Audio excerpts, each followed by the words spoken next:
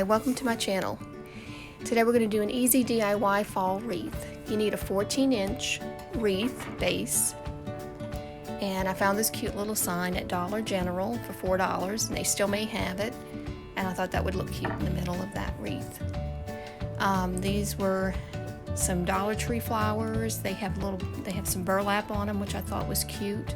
And those are dahlias, and you can use whatever type of flowers you want to use, though. Anything that would fill up that base of that wreath. Take the flowers and the leaves off the stems, and the first thing you're going to do is put something underneath that wreath, because that hot glue will drip down and ruin whatever surface you're working on. So make sure you protect anything that you're working on.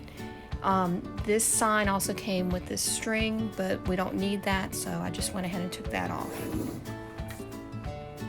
Now, first, apply glue to the back of this sign, and if you can, try to get it as close to the edge as possible, because that's where it's going to adhere to that metal ring that's right in the middle.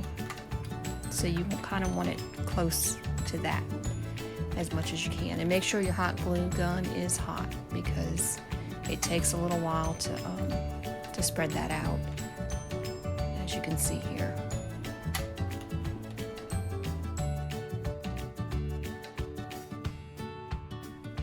Okay, now what you want to do is, after you get all that hot glue around that sign, is to turn it over and to just press it down firmly onto the middle part of that ring. And if you have enough hot glue on the back of your sign, it should sit pretty well and adhere to it.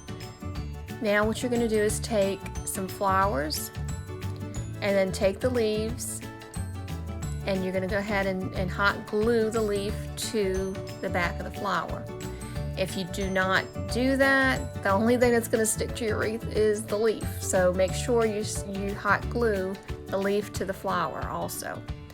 Now go ahead and put some hot glue on the back of the leaf, and then just start placing them onto the ring of your wreath, wherever you want. There's no wrong way to do this, just however you decide you want to design it. What I did was I used one large, one small, one large, one small flower, and that's just the way I did it. That was my preference, but you can do it in any order, any way that you want. And you may have different colored flowers, so it's just however you want to design it. It's really up to you. And you're going to continue just to do that all the way around the wreath, but just make sure you're hot gluing the leaf to the flower.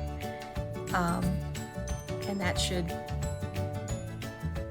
work pretty well for you.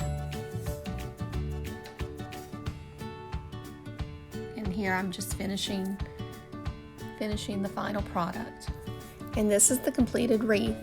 If this is the type of video you'd like to see, please click the like button and the subscribe button so you'll be notified when I post new videos. I appreciate you, and thank you so much for watching. Have a blessed day.